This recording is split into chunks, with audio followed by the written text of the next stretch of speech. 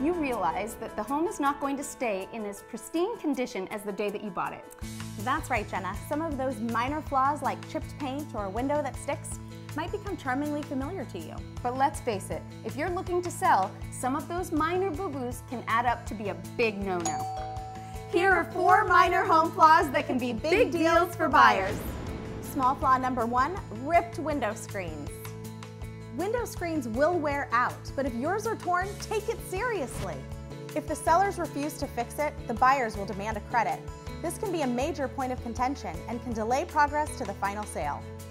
Small flaw number 2, your bathtub or shower. Some people prefer showers, others want a bath. So if you're missing one of these, watch out.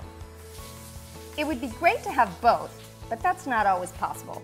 In any case, make sure the style of your tub or shower isn't too aggressive. Small flaw number 3, small closets. Small closets mean limited storage. To make your closets look more spacious, remove about half their contents. You may need to put the excess items into storage. Also consider hiring a contractor to build or extend closets, or at least get an estimate for the buyer's benefit. Small flaw number 4, sticky door locks.